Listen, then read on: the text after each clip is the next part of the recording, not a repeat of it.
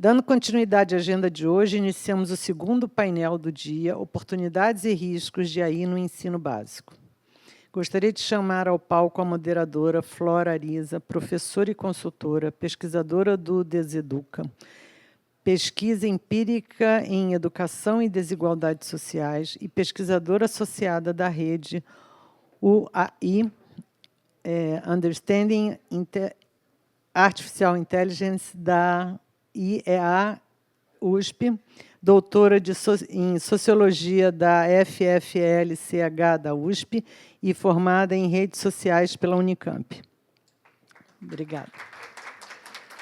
Queria também chamar ao palco Rebeca Otero, coordenadora do setor de educação da Unesco no Brasil, atuando na formulação, implementação e monitoramento de iniciativas voltadas ao fortalecimento da educação no país, mestre em Ciências da Saúde pela UNB e especialização em Planejamento, Avaliação e Educacional pelo IEP/Unesco. E gostaria também de chamar o João Alegria, secretário-geral de Educação da Fundação Roberto Marinho, professor licenciado do Departamento de Artes e Designs da PUC-RJ, PhD em Educação Brasileira pela PUC-RJ, com graduação em História, UFOP,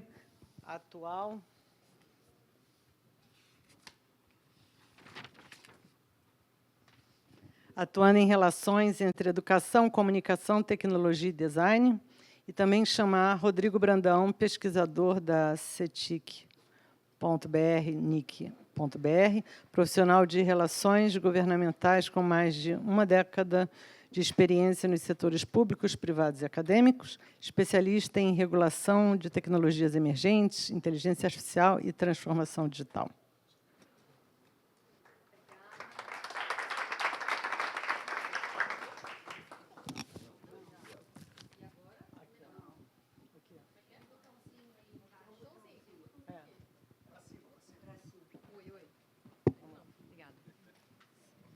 Pronto, agora foi. Então, eu quero começar agradecendo pela alegria de estar aqui nessa mesa, com essas pessoas com tanta coisa interessante para a gente conversar hoje. Agradecer o convite, Graziela, Alexandre, Rodrigo, o Henrique também, Nathalie, pela recepção. Um prazer estar aqui com vocês. E eu não vou me estender muito na minha fala, porque a gente tem falas muito interessantes aqui hoje para a gente ouvir. Mas eu queria só aproveitar que eu estou aqui com a palavra para reforçar um pouco do que já foi dito na mesa anterior, da importância desse estudo, né, do CETIC. Nós que estamos fazendo pesquisa sobre esse tema de inteligência artificial nos sistemas educacionais, a gente primeiro se depara com como a gente não conta com evidências, né, estruturadas, sistematizadas. Claro, é um tema recente, né, tem muito ainda a gente a construir, mas quando a gente vai lá, né, no chão, né, no calor, como a Paula falou, né, da escola, da educação, da relação dos professores, dos estudantes com essas novas tecnologias, a gente percebe que a dança está acontecendo ali, né, professora? Usando essa imagem da professora Regina, a dança verdadeira está acontecendo ali. E aí eu gosto sempre de pensar que, quando a gente fala desse tema, né, de IA em educação básica, que é onde eu estou debruçada, a gente está pensando, a gente tem um costume, né, claro, é natural que a gente pense sempre sobre as possibilidades, né?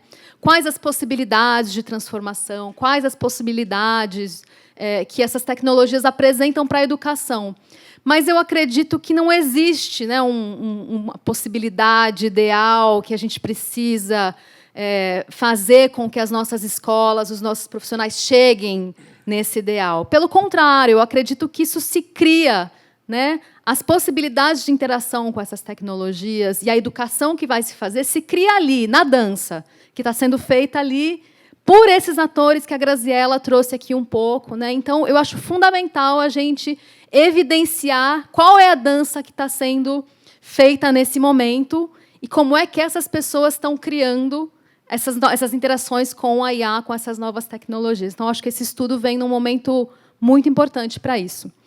E aí, sem mais me alongar aqui, eu vou passar, então, para os nossos palestrantes. E aí a gente vai começar com a fala do Rodrigo, que vai apresentar mais um capítulo da pesquisa, né, como Graziela apresentou anteriormente. Agora o Rodrigo vai falar sobre a parte com os especialistas, ele vai nos contar aí. Então, o Rodrigo vai ficar com um pouquinho mais de tempo, uns 20 minutos para apresentar. Na sequência, a gente vai passar para a Rebeca Otero, que vai falar do ponto de vista de como a Unesco está enxergando esses novos desafios e possibilidades. E terminamos com o João Alegria, então, trazendo a fala dele do ponto de vista da Fundação. E eu vou sinalizando para vocês quando faltarem 5 minutos. Pode ser? Então, vamos lá. Rodrigo, está com o microfone? Olá. Acho que me ouvem, né? Bom dia a todas e todos. É um prazer estar aqui. Gostaria de reforçar os agradecimentos ao Henrique, a toda a equipe do SENAC, a todos os organizadores do evento. Agradecer também os meus parceiros aqui da mesa, Flora, Rebeca, João. Prazer estar aqui com vocês hoje. E gostaria de agradecer também as pessoas que viabilizaram esse estudo, que eu vou contar um pouquinho mais sobre ele, em especial a equipe do SEBRAP, que é o Centro Brasileiro de Análise e Planejamento, que nos ajudou a conduzir essa parte da pesquisa, e assim como outras partes dessa publicação. Então, gostaria de deixar aqui meus agradecimentos à equipe do SEBRAP, Priscila, Monize, Flor e Gabriela. Então, super obrigado a elas também. Sem elas, esse estudo não teria sido possível. Bom, como a Graziela falou, né, ela já deu a visão geral. Essa pesquisa ela tem uma parte de revisão de literatura muito bem conduzida pela Flora, que nos modera aqui agora. E ela tem também 2 braços de pesquisa qualitativa. A primeira essa pesquisa que olhou muito ali para a relação entre professor e aluno e IA, ali na escola, só que a gente se preocupou também, além de ir para a ponta ali, né, para onde essa relação está acontecendo, está se desdobrando, a gente quis fazer um olhar também para o cenário mais amplo onde essa relação acontece. E para fazer essa constituição desse cenário mais amplo, nós entendemos que a gente tinha que... Oi? Legal. Valeu, obrigado. Então, para a gente conseguir fazer esse cenário mais amplo, a gente precisava recorrer a quem está muito na ponta do debate, aos especialistas nesse tema de IA e educação. Porque a gente entendeu que, ao interagir com esses profissionais, né, pesquisadores, quem desenvolve a tecnologia, quem está muito envolvido no dia a dia, né, do desenvolvimento e do uso dessa tecnologia, isso nos permitiria, a partir dessas interações com esses atores, conseguir constituir um cenário mais amplo que nos permitisse entender qual que é o cenário atual da IA na educação brasileira, né? Onde é que nós estamos? O que está acontecendo quando o assunto é IA na educação? Para onde a gente está indo? Só a conversa com esses especialistas é que nos permitiria construir respostas para isso. E, além disso, a gente queria entender também por quê? Né? Quais são as razões que têm motivado o uso dessa tecnologia na educação? A gente queria entender também para quê? Para quais finalidades? Né? Quando a tecnologia é utilizada na educação, quais são as finalidades que estão em jogo? E a gente queria também entender o que a gente chama na pesquisa de IA como, que é entender ali na ponta, né, o que está acontecendo, como é que esse uso está sendo feito. Então, a gente tinha essas 5 perguntas aí, nada modestas, né, que era entender onde estamos, para onde vamos, e a porquê, como e para quê. E a gente entendeu, então, que um bom mecanismo para construir respostas para essas perguntas seria entrevistar especialistas de diferentes segmentos. E foi isso que nós fizemos, né? Nós recorremos a especialistas do setor privado, que estão ali participando do desenvolvimento da tecnologia, do setor acadêmico, para dar uma visão mais crítica sobre essa tecnologia na educação. Conversamos com gestores públicos, né, que nos permitissem entender, muito na linha do que a Paula trouxe, o que está sendo feito, o que pode ser feito. Conversamos também com gestores escolares para saber como é que, da perspectiva de um gestor escolar, de um coordenador pedagógico, quais são os desafios que estão postos ali, o que é possível fazer, né? A gente conduziu quase 30 entrevistas, mais precisamente foram 27 entrevistas com representantes desses diferentes segmentos. Essas entrevistas são super recentes, então esse cenário que a gente conseguiu constituir, ele é bastante atual. Essas entrevistas aconteceram entre junho e agosto desse ano.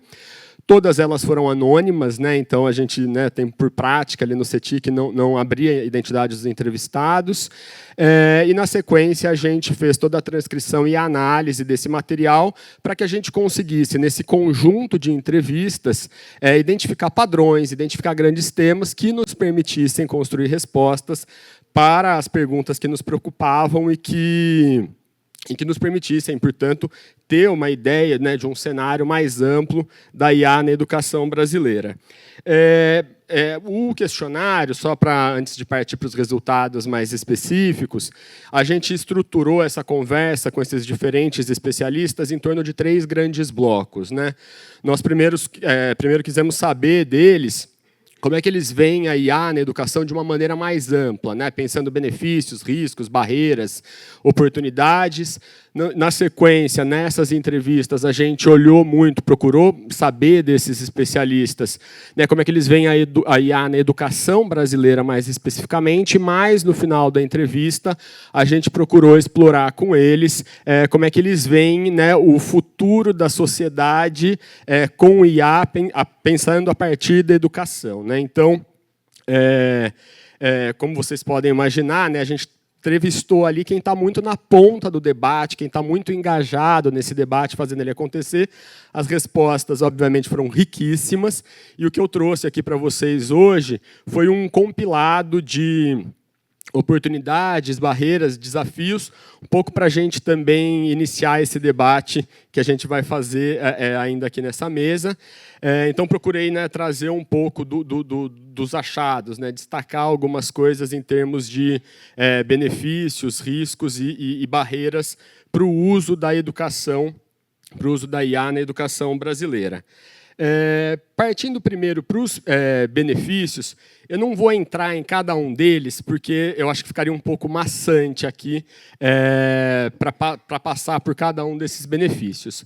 Mas, de modo geral, o que essas entrevistas elas revelaram quando a gente pensa em benefício que a IA pode trazer para a educação? Os entrevistados eles destacaram muito o papel da IA para auxiliar o trabalho docente, né? Principalmente para reduzir a carga que os professores muitas vezes têm que enfrentar, pensando nas atividades, desde o planejamento de aula, quanto ministrar as disciplinas que tem que administrar e avaliar os alunos. Então, teve um reconhecimento de que a tecnologia pode trazer ganhos muito concretos no termo de aliviar, ajudar o professor a diminuir um pouco a carga de trabalho dele. E um outro grande benefício que apareceu, né, pensando no corpo docente, foi a possibilidade da tecnologia funcionar como uma espécie de copiloto, como um artifício que pode ajudar o professor a criar os seus planos de aula, a ministrar disciplinas que sejam mais aderentes à realidade dos alunos.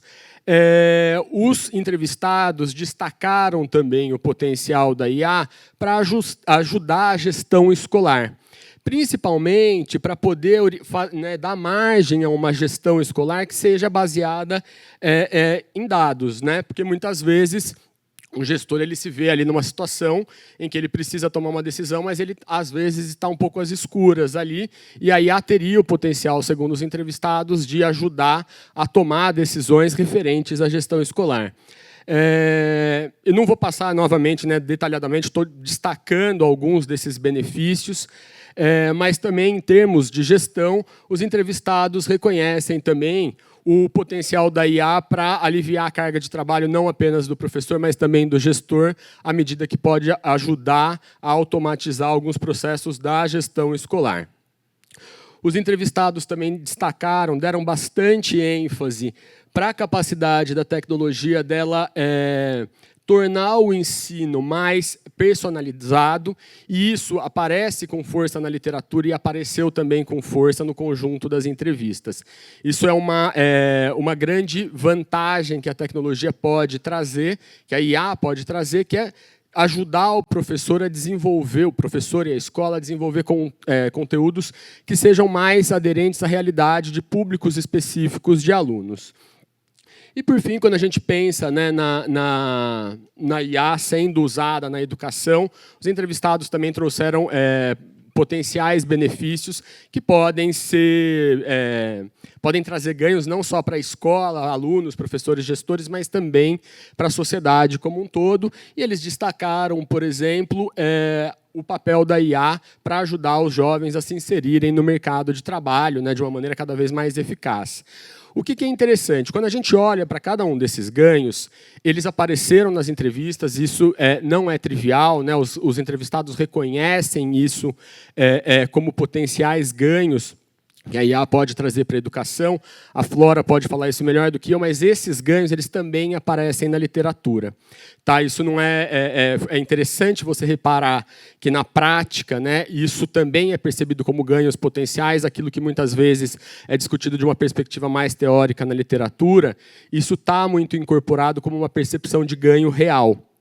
O que a pesquisa trouxe, evidenciou isso, eu acho que é um pequeno diferencial em relação a uma revisão da literatura, é que, para os entrevistados, esses benefícios só vão se concretizar se o uso da IA for ético.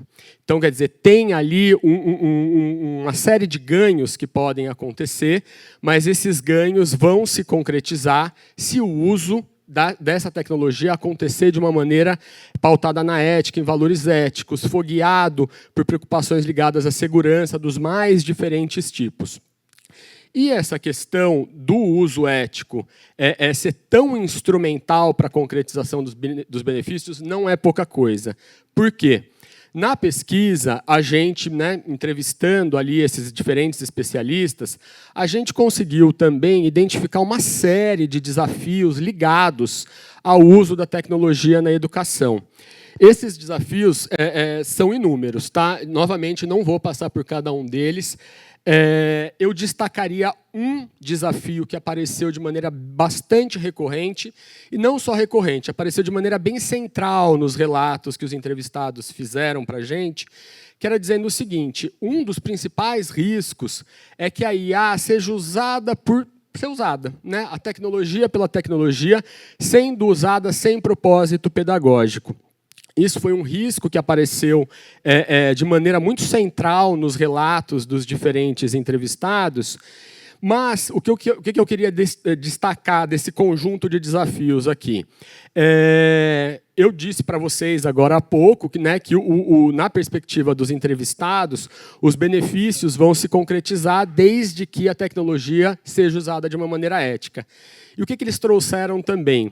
Nos relatos dos entrevistados, os potenciais e os riscos da tecnologia, eles apareceram nas entrevistas de maneira muito associada, né? Então, um uso que pode ser muito benéfico também pode trazer algum risco embutido. O fiel da balança vai ser o uso ético. Então, tem até um dos exemplos que eu acho que é bem emblemático, é a questão da personalização. Os entrevistados eles apontam a possibilidade da tecnologia ajudar a personalizar experiências de ensino, o que tende a facilitar a experiência de aprendizado do aluno, mas qual que é a outra face disso? A possibilidade de você criar um hiperperfilamento desse aluno, de algum modo você marcá-lo com uma marca, né? Deixando muito evidente quais são as necessidades dele. Então, se isso pode ser a personalização que facilita, ela também pode ter esse outro lado que é muito delicado e, novamente, é o uso ético aí que vai ajudar a potencializar, né, o que a tecnologia tem a trazer de bom e neutralizar os riscos que são inerentes a esse uso. E ainda no campo dos riscos, o conjunto das entrevistas nos permitiu uma outra constatação, que foi a de que o uso indiscriminado ele é um grande risco, mas não aderir a esse uso, não se adaptar a esse uso, também é um risco. Foi um paradoxo que a gente identificou nas entrevistas.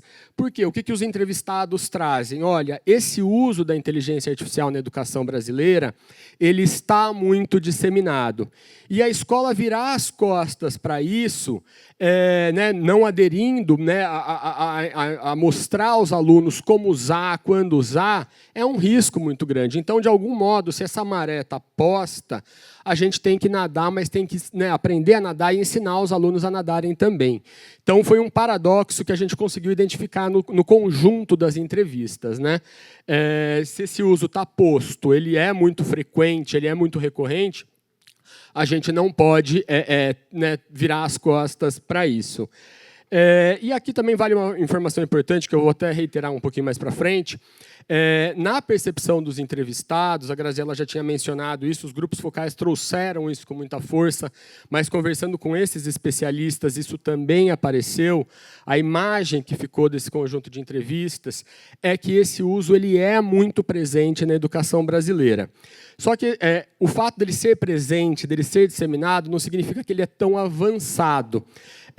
Os entrevistados trouxeram, em geral, relatos dando conta de que esse uso, apesar dele ser muito frequente, muito comum, ele ainda está muito no começo, né? E estar no começo traz problemas, porque tem muito um uso que é, muitas vezes, feito sem diretrizes, mas também, a gente vai falar um pouquinho mais sobre isso no final, também te dá a possibilidade de construir diretrizes para que esse uso passe a acontecer de maneira cada vez mais responsável. 5 minutos, tá, Rodrigo? Ah, legal. Já vou partindo aqui para os finalmente.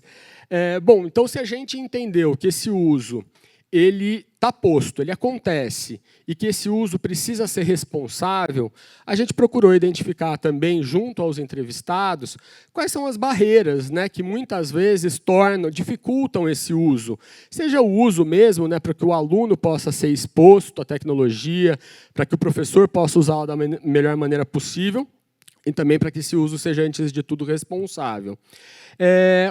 Quando a gente, né, indagou as barreiras, uma série de barreiras apareceram nos relatos dos entrevistados. A gente resolveu destacar 2, porque essas apareceram de maneira não só frequente, mas também muito central no relato dos entrevistados. Os entrevistados indicaram barreiras que ainda são barreiras de infraestrutura. A gente tem cada vez mais, isso é necessário, olhado para os desafios éticos da inteligência artificial, mas existe ainda uma barreira, existem desafios ainda na parte de infraestrutura ligada a essa tecnologia. E isso apareceu com bastante força nas entrevistas, inclusive pelo fato de que essa diferença, essas dificuldades ligadas à infraestrutura, elas podem ajudar a reproduzir desigualdades que já estão postas. Porque, em geral, isso os entrevistados apontaram, a falta de infraestrutura adequada para o uso, para um bom uso da IA, é muito mais frequente em escolas públicas do que em escolas privadas. E os entrevistados também apontaram que uma outra barreira para o uso da tecnologia é a formação dos professores, né? Eles reconhecem, e isso é uma mensagem bastante bonita do estudo, a inteligência artificial, na perspectiva dos entrevistados, ela deve beneficiar os alunos. E esse fim é muito claro, né? O conjunto das entrevistas deixa isso muito nítido. E fica nítido também nessas entrevistas que a obtenção desse fim depende de um meio. E esse meio é a formação dos professores. Então, essas 2 barreiras, né, de infra e de formação de professores, elas apareceram com muita força nesse conjunto de entrevistas.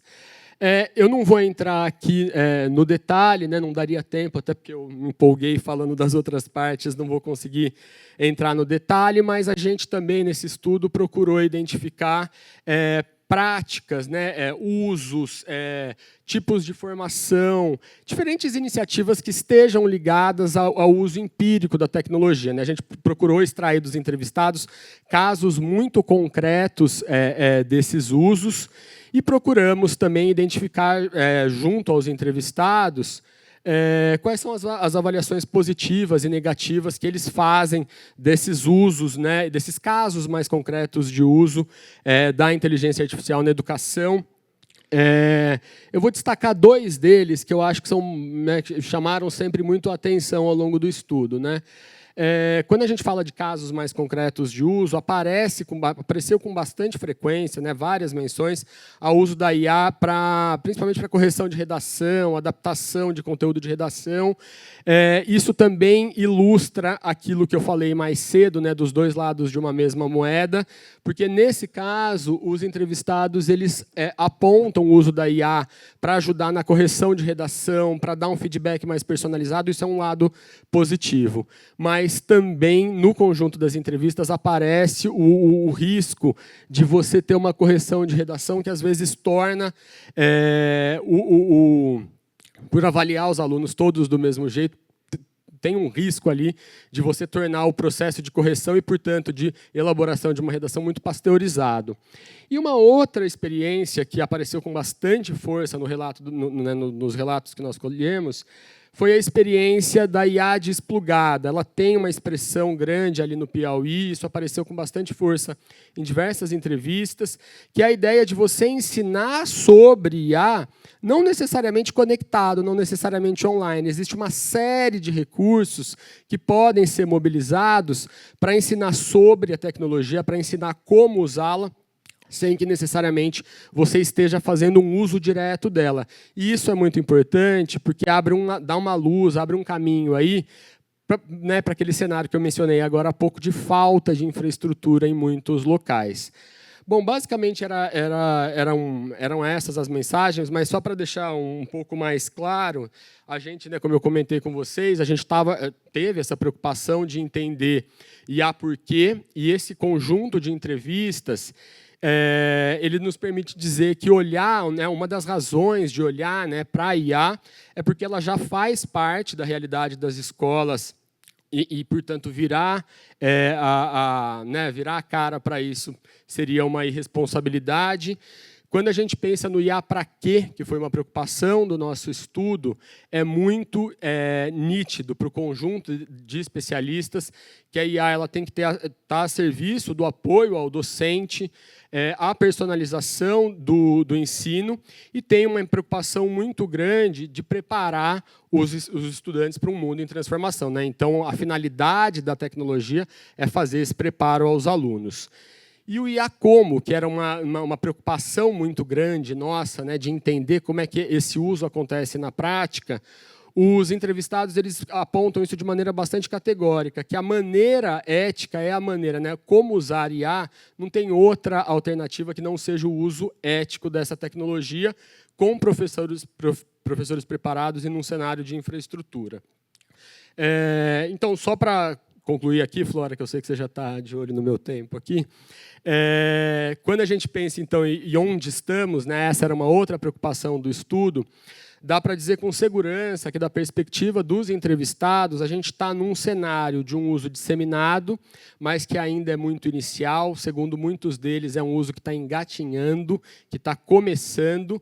E para onde vamos? Esse para onde vamos está em aberto. E ele depende do que a gente vai fazer agora, das diretrizes que nós vamos construir agora, para fazer com que esse para onde vamos seja um local de um uso responsável da tecnologia. Então, era isso. Obrigada, Rodrigo. Espero que a gente tenha tempo no final para que as pessoas possam fazer perguntas, porque tem muitas questões aí muito interessantes. Né? Eu passo, então, agora a palavra para a Rebeca. Alô? Bom dia a todos e todas. É um prazer estar aqui. Agradeço o convite de todos, do Henrique, do CGI, do Sérgio Ribeiro, do SENAC, do Gabriel Medina, que está aqui em nome da secretária Tatiana, do meu colega Alexandre, do CETIC, que é o Centro de Categoria 2 da Unesco também, aos que estão apresentando a pesquisa, ao João Alegria, da Fundação Roberto Marinho. E, em segundo lugar, além de cumprimentar aqui, eu queria parabenizar. Gente, essa pesquisa é maravilhosa, excelente. Vocês estão de parabéns. Assim, eu acho que foi muito bacana ver esses resultados, né? Eu lembro quando a gente conversou que vocês estavam começando, né? E já estamos no resultado. Então, isso é muito bom e converge muito com o que a Unesco tem falado. Isso me deixa bastante contente. Primeiro, me deixa contente porque os marcos referenciais da Unesco foram utilizados, assim como também foram utilizados na construção do marco referencial para professores do Ministério da Educação. Então, isso para nós é muito bom, porque a Unesco publica essas coisas internacionais para que elas caiam no nível local e sejam usadas, né? Senão não faz sentido tudo que a gente faz no nível internacional. E esses marcos, eles realmente estão sendo muito utilizados. Eu vou trazer, então, um pouquinho, além tem toda a convergência, assim, eu não tenho... o que eu vou comentar sobre o que a Unesco pensa é exatamente um pouco o que vocês trouxeram de recomendações e de alertas na pesquisa. Então, a pesquisa traz essa convergência com a Unesco. E eu vou trazer, então, um pouquinho para vocês dos marcos referenciais e do pensamento, da perspectiva da Unesco na questão da inteligência artificial. E eu vou pedir a liberdade aqui de levantar e apresentar ali do cantinho para poder olhar aqui, porque eu não enxergo aquela telinha ali, eu não enxergo. Então, eu peço licença a vocês para poder estar apresentando aqui. Pode passar, o passador está aqui. Com o Rodrigo.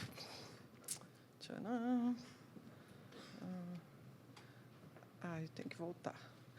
Bom, aqui, primeiramente, eu trago uma frase da nossa diretora da Unesco, né, que o uso da IA na educação está levantando questões fundamentais sobre a autonomia do professor e a sua capacidade de determinar como e quando fazer o uso criterioso dessa tecnologia. Os professores precisam urgentemente ser capacitados para entender melhor as dimensões técnicas, éticas e pedagógicas da IA. Então, a Stefânia Giannini, nossa diretora na sede da Unesco, traz um pouco essa frase, e essa frase é importante, por quê? Porque ela remete o quanto a Unesco acha que os professores são importantes nesse contexto, né? Então, assim, obviamente, como já foi colocado aqui, a inteligência artificial não substitui os professores, mas eles são elementos chaves para que ela seja aplicada de uma forma ética, de uma forma segura, tá?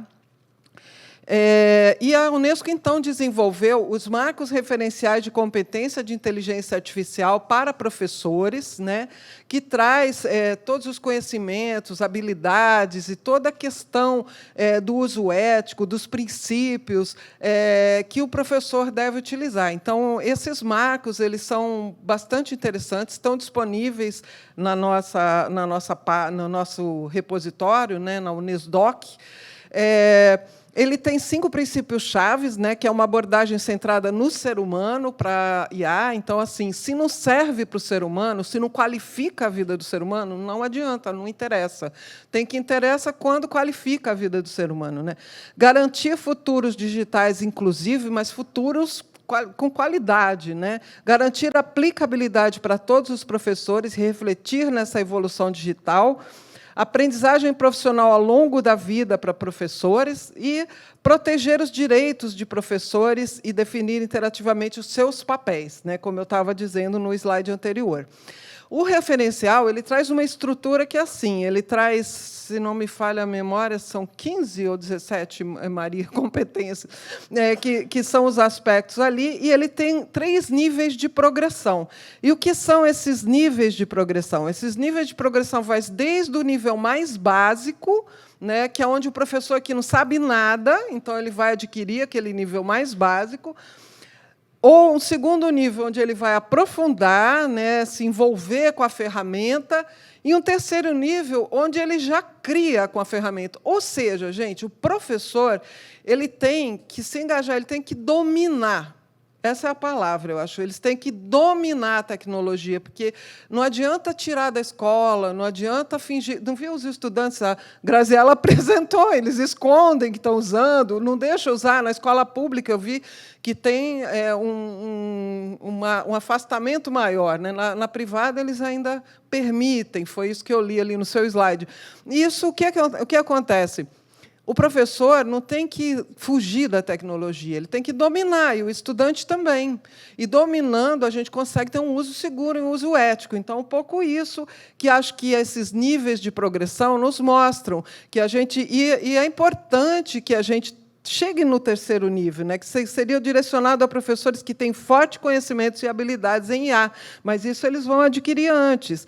E visa promover professores especialistas que tenham competência para explorar e para aplicar a ética e pedagogicamente sólida e transformadora da IA no ensino e na aprendizagem. Então, é o domínio total. Então, é isso que a gente quer chegar. E para os alunos? Para os alunos é super complicado, é um desafio enorme engajar esses alunos e fazer eles se apropriarem. Porque, vocês lembrem, de cada 10 brasileiros, 3 são analfabetos funcionais. Então, como é que eu caminho para a tecnologia? Daqueles 70% que saiu na pesquisa, né, ali eu tenho um percentual enorme de analfabetos funcionais, né? E como é que eu trago? E eles estão lá usando IA também, de alguma forma, né? E a gente vê isso, a gente tem trabalho com professores que o professor desenvolve na IA e ele copia até o enunciado que a IA coloca e bota no e-mail, e bota no trabalho, entendeu? Então, assim, é um uso pouquíssimo crítico, né? Então, a gente tem que estar muito atento a essa questão. E na questão dos estudantes também. Então, é um desafio bastante grande. A Unesco também fez um marco referencial para estudantes, mais ou menos com os mesmos objetivos dos docentes, só que aí para estudantes.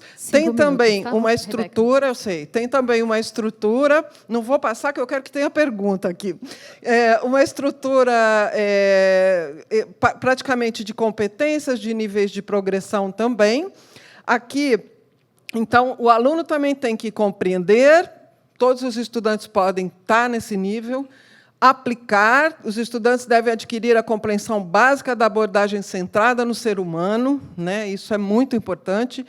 E criar, os estudantes devem estar preparados para criar ferramentas de IA confiáveis. Nós temos países no mundo que já os estudantes saem da escola criando, desenvolvendo suas próprias IAs. Então, a gente tem que correr atrás disso. Aí, alguém, um dia, numa apresentação que eu estava, falou, mas é muito caro, olha quanto custa fazer inteligência artificial. É uma coisa muito cara, não é uma coisa para o Brasil não vai fazer isso. Vai, sim, se a gente fosse pensar isso...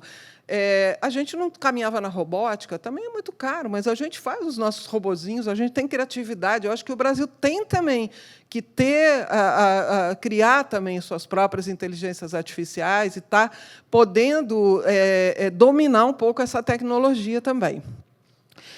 Aqui algumas considerações que eu vou passar bem rápida, tá? Que os marcos trazem, que é promover o uso da IA pelos professores com a responsabilidade humana. Então, sempre tem que ser muito bom para o ser humano, as decisões têm que ser pedagógicas em IA. Promover a inclusão, né? Então, aquela coisa da infraestrutura que a pesquisa traz é muito importante, porque a gente tem que, se eu não tenho tecnologia, eu vou entrar com a desplugada, ótimo, mas, claro, que eu quero chegar para ter acesso a todo mundo, né? Mas isso, então, a gente tem que pensar em políticas públicas relacionadas a isso. Avaliar o uso da IA com pensamento crítico, né, reconhecer os direitos dos usuários a questionar, proteger os direitos dos professores também, isso é importante, tá? Elas nunca devem substituir os professores. E priorização de ferramentas de IA ecologicamente corretas, pensando um pouco na questão da sustentabilidade, tá? Aqui eu vou até pular, que é um pouco já o que o Rodrigo trouxe.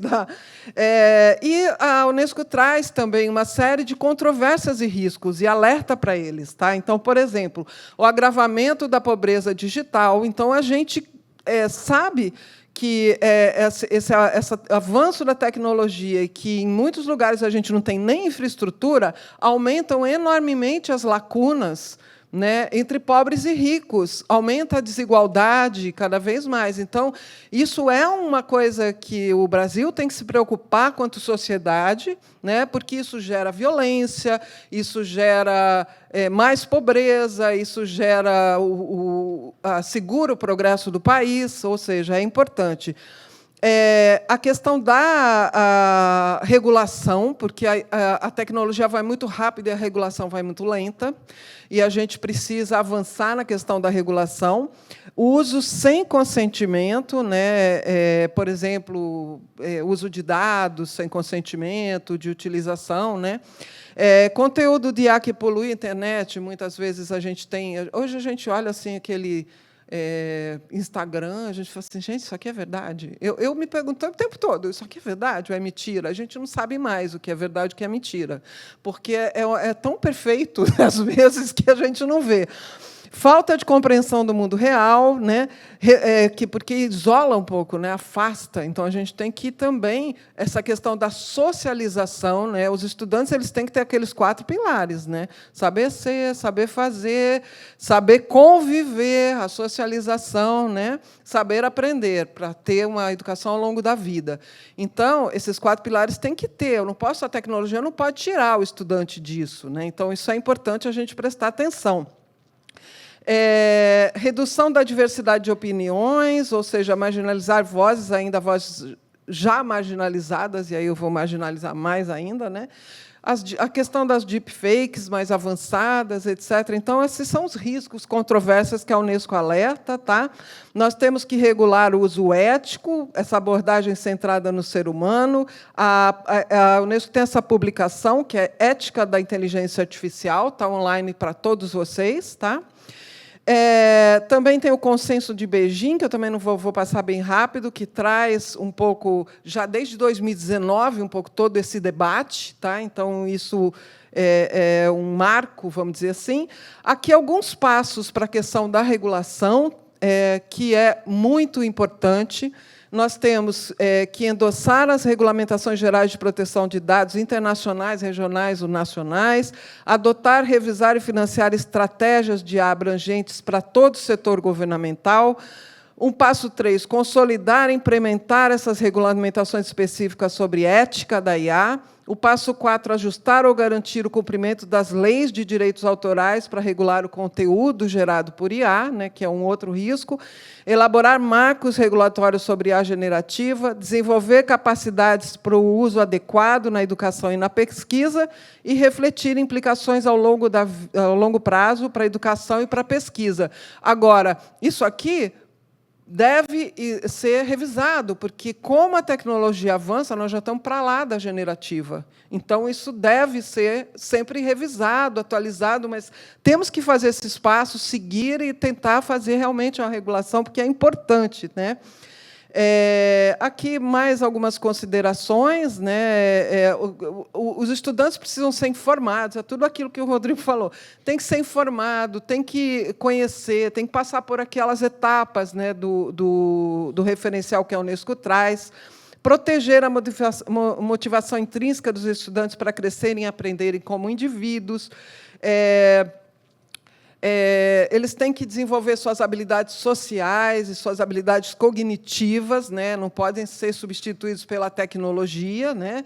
Garantir a interação social suficiente, exposição adequada à produção criativa feita por humanos e evitar que estudantes se tornem viciados na tecnologia ou na IA. Né? Hoje, a gente vê, se desce uma escada rolante de um metrô, está todo mundo ali, assim, no celular, é uma coisa que as pessoas não falam mais, não conversam. Então, isso é preocupante. Tá? Aqui, mais algumas outras, eu não vou me ater. Depois, essa apresentação pode ser entregue para todo mundo, tá? Sem nenhum problema. Tá? E, fechando aqui como alerta, né?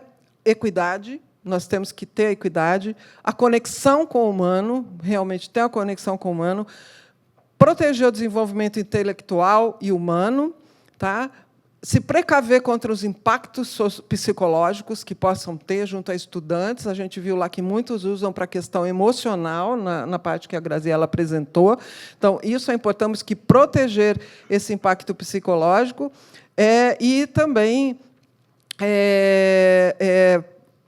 ver essa questão dos vieses, né, com relação à discriminação e a novas discriminações. Porque gênero, raça, a gente já está de olho, mas tem novas discriminações. Nós temos que entender quais são e como evitá-las. Né? Então, isso é importante. E essa é uma última publicação que a Unesco fez, que é IA e o futuro da educação, também trazendo um pouco essa discussão da ética, disrupções, dilemas e direções. Né? Ainda está em inglês, nós já estamos traduzindo para o português, para que todos possam acessar aqui no Brasil. E é uma publicação, já está no repositório da Unesco, mas só que não em português ainda, porque o português não é língua oficial da ONU, né? A gente traduz aqui no Brasil. É isso, assim, mais ou menos no geral. Acho que a pesquisa realmente ela reflete bem essas preocupações, esses alertas, essas recomendações que a Unesco traz. Parabenizo vocês e convido vocês a pensarmos novas pesquisas que a gente possa estar realmente avançando ainda mais em tudo isso. Obrigada. Muito obrigada, Rebeca. Temos aí muito material para qualificar e definir essa questão dos limites éticos. Eu passo, então, para o João, para fazer a fala final dessa mesa.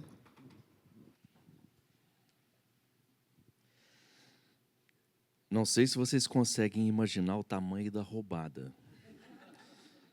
né? Porque a Flora fez um balanço da literatura.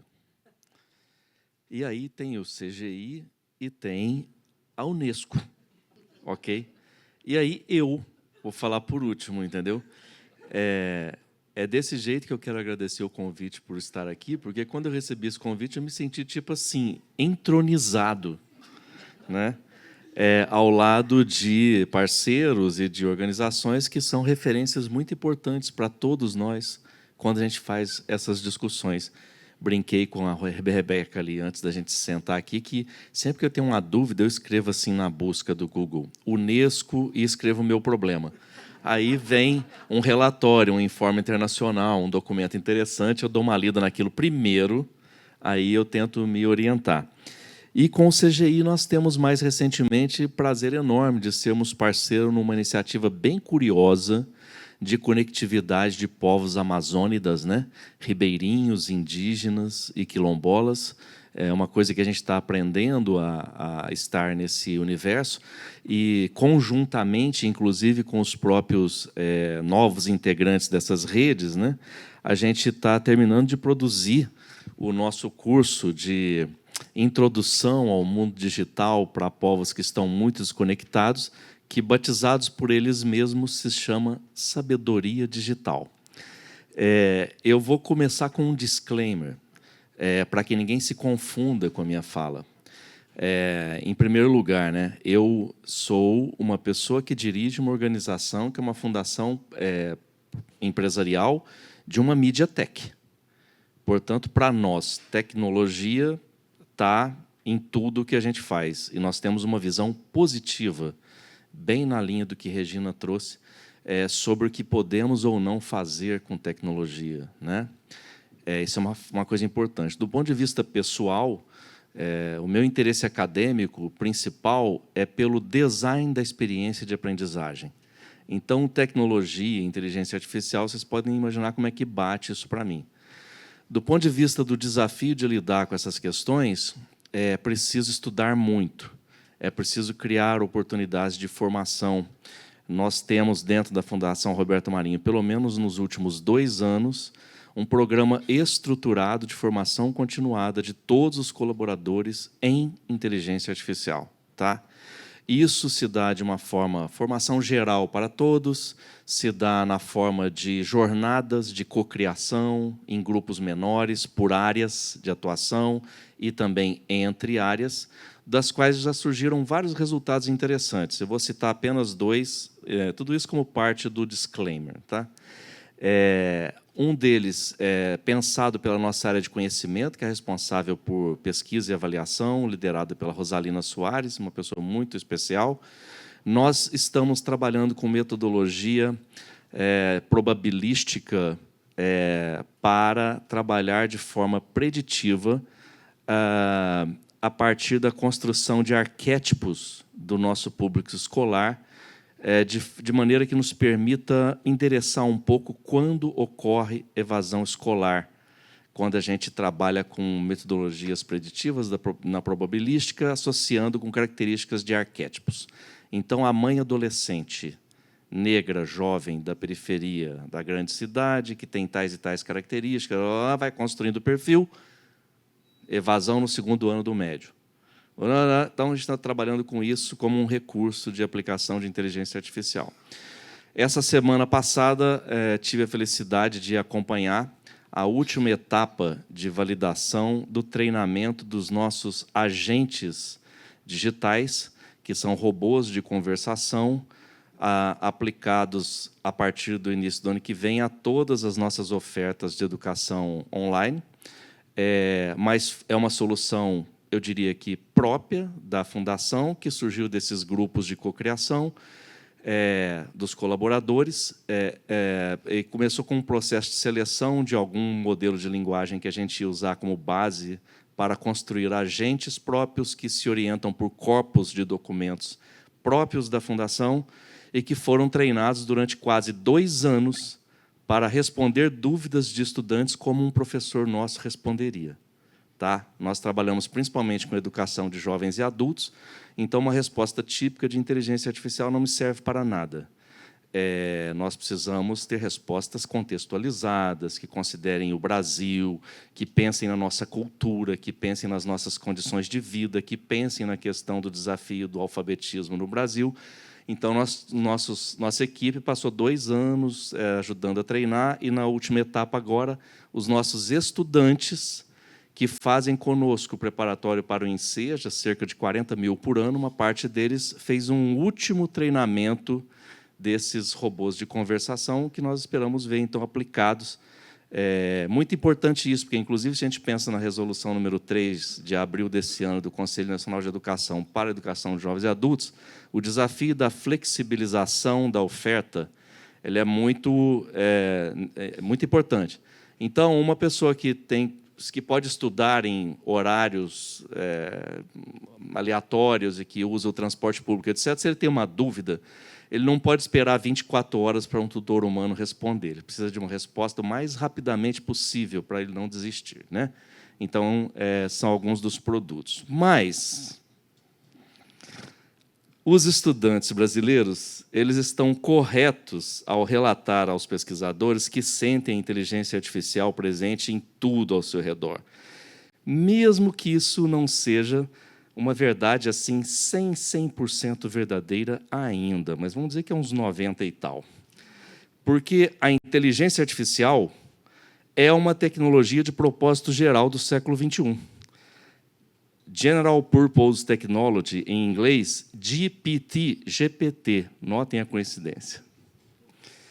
E, como tal, ela tem 3 características principais. A primeira delas é a aplicabilidade pervasiva em praticamente todos os setores da economia e da vida cotidiana, né?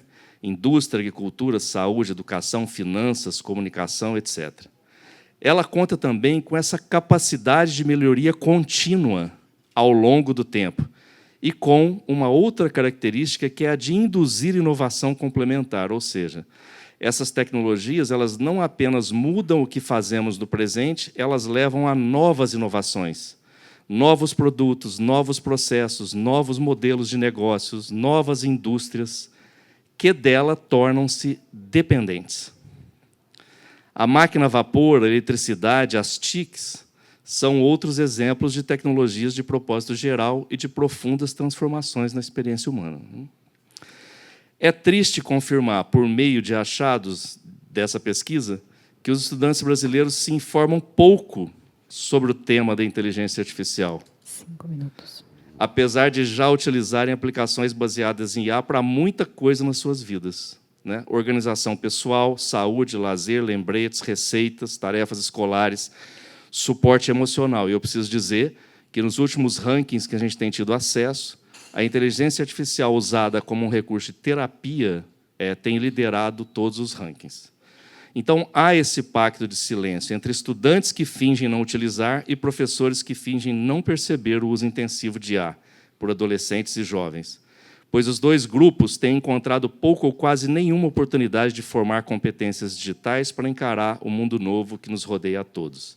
Essa baixa fluência digital fica clara de muitas maneiras, inclusive quando observamos o quadro com as possibilidades de aplicação de recursos de inteligência artificial na educação, onde boa parte dos itens mencionados pelos especialistas, né, representam ganhos para o processo e o sistema educacional que decorrem, por exemplo, de uma digitalização básica, de uma melhoria de processos, de interoperabilidade de dados e de formação docente, na lista apresentada a partir dessa escuta, o uso de IA se justificaria, no meu modo de ver, apenas quando os itens envolvem geração automática de conteúdo, nós queremos isso, assistência inteligente em cenários de escassez humana, nós queremos nos valer de IA onde faltam professores, ou para dar conta de uma escala grande, ou nós queremos mais professores para menos alunos. Detecção preditiva, com todos os cuidados no âmbito da LGPD, para operar plenamente, como disse aqui o Rodrigo, ou escalar a individualização das trajetórias educacionais. Eu não sou a favor de usar o termo personalização para essa funcionalidade que é de adaptabilidade, né? Adaptative Learning é o termo original. Ou seja, você ajusta características de currículo ou de itinerário esperado a determinados perfis de resposta a uma proposição de aprendizagem. A personalização é algo muito mais complexo, que envolve características pessoais de diferentes níveis, né, que, inclusive, nem sequer poderiam ser acessados por nós para pensar nesse quadro, né? Portanto, uma recomendação crítica aqui é não buscar ferramentas de inteligência artificial como uma tentativa de solução onde o problema é organizacional, político, formativo ou tecnológico básico. Vamos economizar água, né? IA deve entrar como etapa madura de transformação digital e não como ponto de partida. O uso indiscriminado das ferramentas de IA oferece mais riscos em contextos de extrema desigualdade social e econômica, como é o caso brasileiro. Rebeca já falou disso, não vou falar. O INAF, na última edição, mostrou baixa afluência digital, as desigualdades aumentam. Tudo que é promessa de democratização, acesso a conhecimento e tal, não tem se mostrado verdadeiro.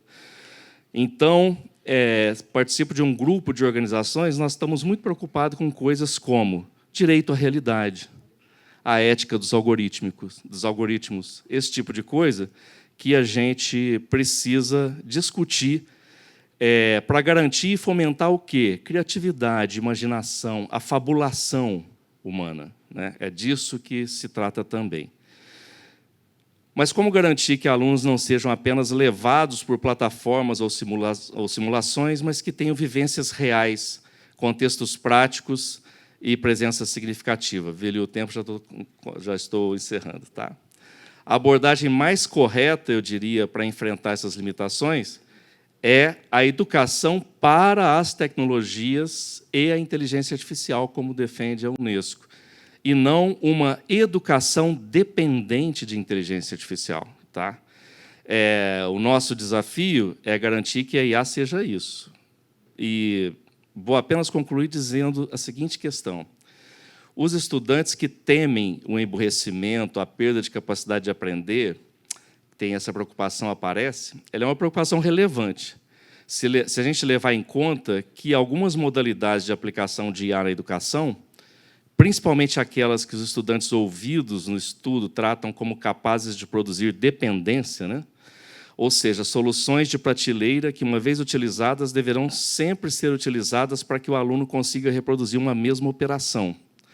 O uso de uma ferramenta de IA para resolver integralmente uma questão por meio de um prompt leva a um fenômeno que eu tenho chamado de externalização do processo cognitivo e da formação de memória, colocando a aprendizagem do lado de fora do cérebro humano. Nesse uso, quem aprende é a máquina, não é o estudante. Né?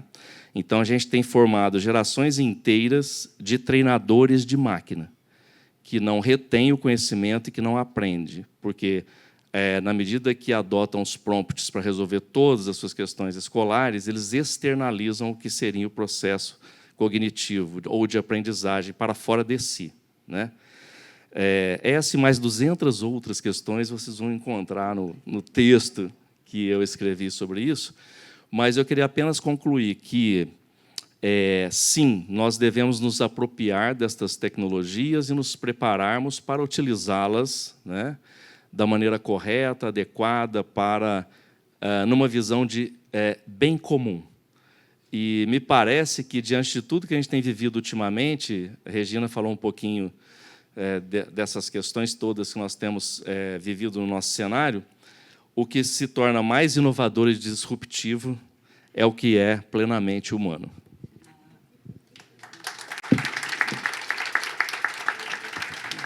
Obrigada, João. Bom, agora que encerramos as falas, eu queria perguntar para a Cláudia se a gente tem tempo para perguntas. Cláudia, não temos? Vamos ter que fazer uma... 5 minutos para perguntas. Então, enquanto eu vejo aqui... Ok, vamos lá.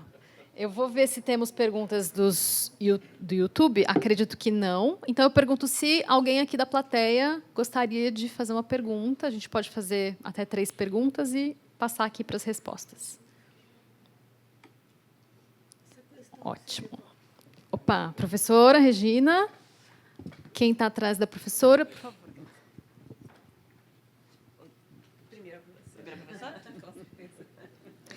João, muito agradecido por todas as colaborações detalhadíssimas e muito importantes. Mas, João, eu queria entender um pouquinho melhor isso que você falou aí por último, porque eu acho que aí é que está o X do problema. As questões humanas envolvidas na definição de verdade disso que a gente está chamando de tecnologia. Na verdade, são linguagens criadas por nós humanos, né? Linguagens audiovisuais, digitais, impressas.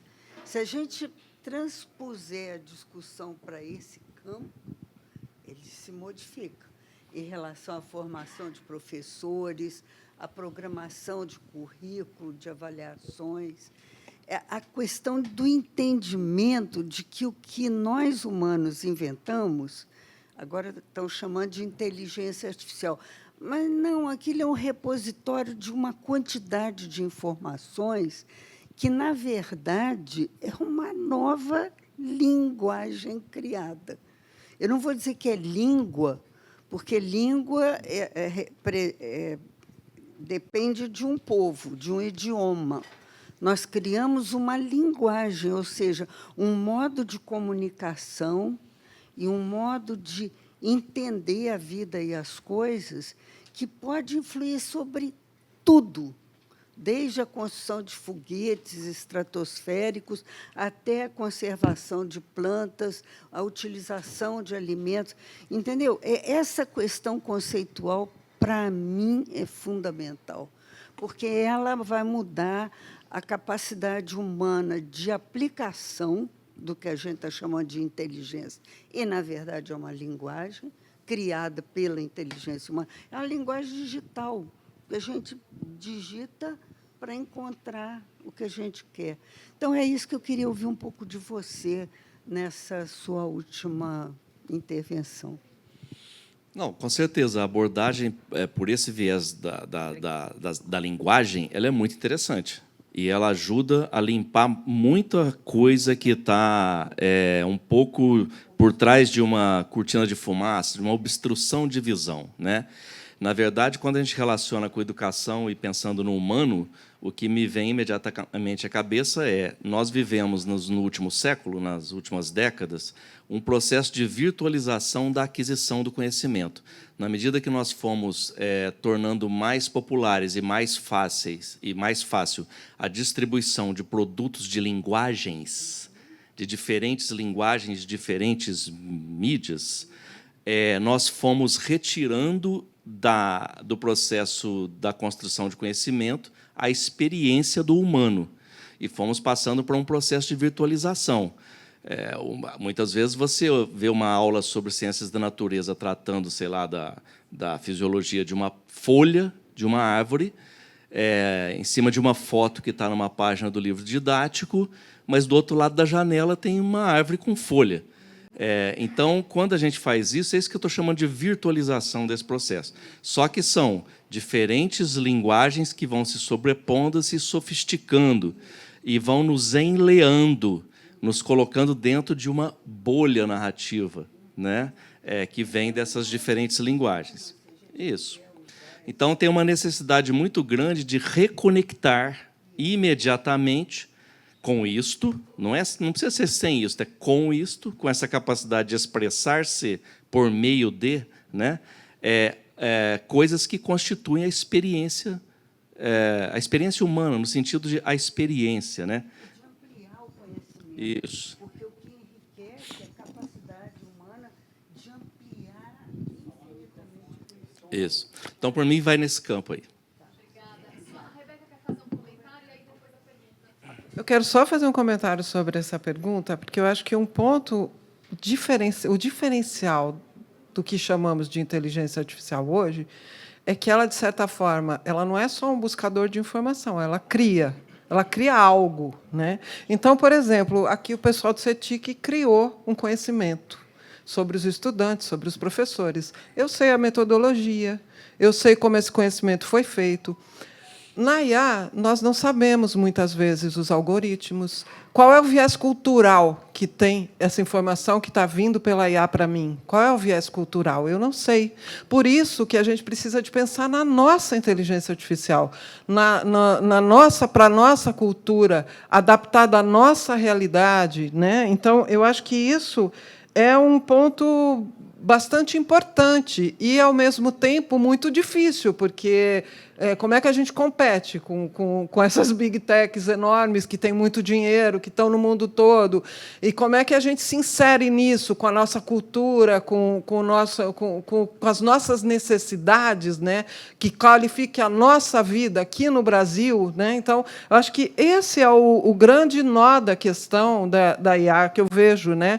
E com relação a ela ser, podemos chamar de linguagem, mas tem esse diferencial, que ela cria algo diferente, né? Ela não é só um buscador, ela não é só uma forma de comunicar algo, não. Ela pega um gama enorme de informação com uma capacidade indescritível aí de reunir informação que ela o tempo todo está atualizando, está adquirindo mais, e ela cria algo e nos dá pronto, e a gente usa ou não, checa ou não, né? Está adaptado à nossa cultura ou não, nós não sabemos sob que cultura ela foi feita, nós não sabemos qual é a metodologia que ela usou, quais são os vieses ideológicos que ela teve por trás.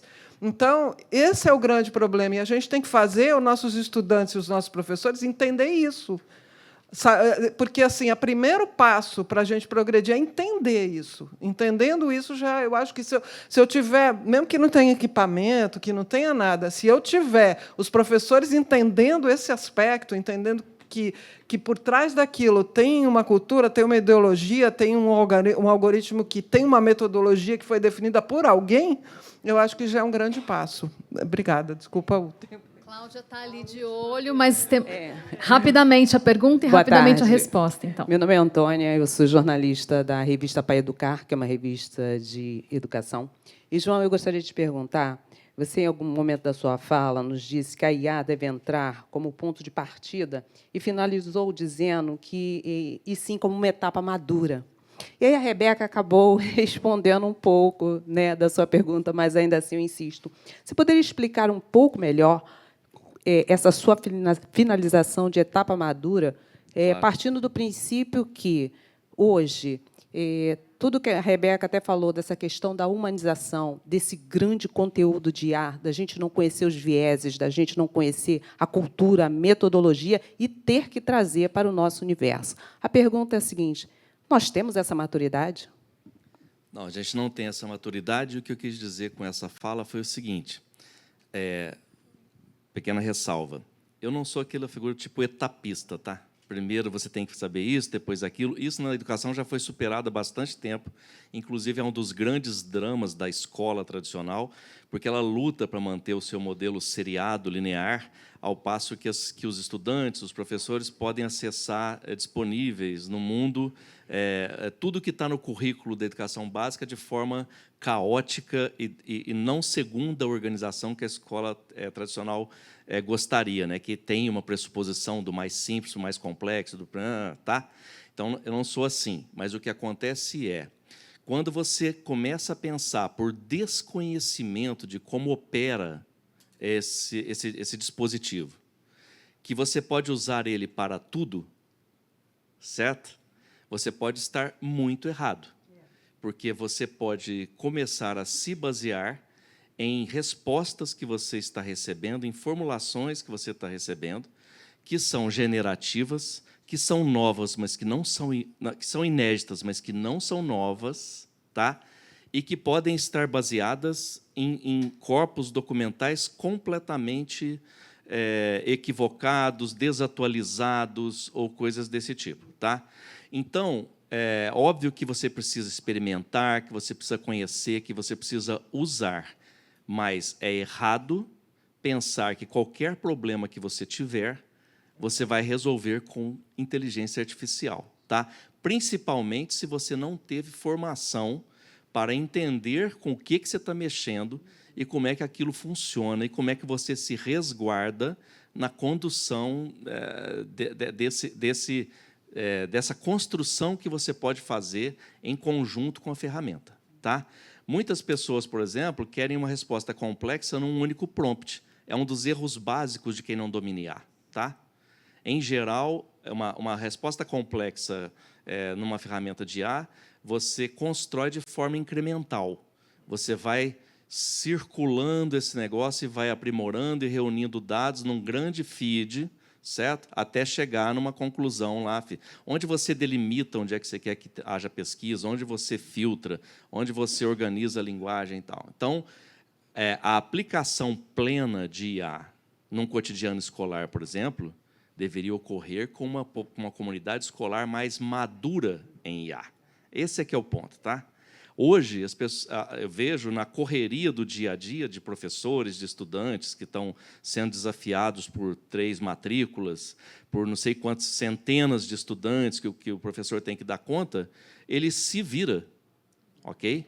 Os professores, em muitos casos, se viram já faz tempo, né? Ele tem que se virar. Então, se ele encontra uma coisa que parece um atalho bom, que vai fazer ele ganhar tempo, ele ter mais tempo com a família, ele poder curtir um final de semana, entendeu? Ele vai lançar a mão disso para defesa da própria saúde pessoal dele. E a gente não pode não considerar isso legítimo, né? Porém, isso vai induzindo a uma relação de dependência, tá? E de erro. Essa aqui é a questão. Por quê?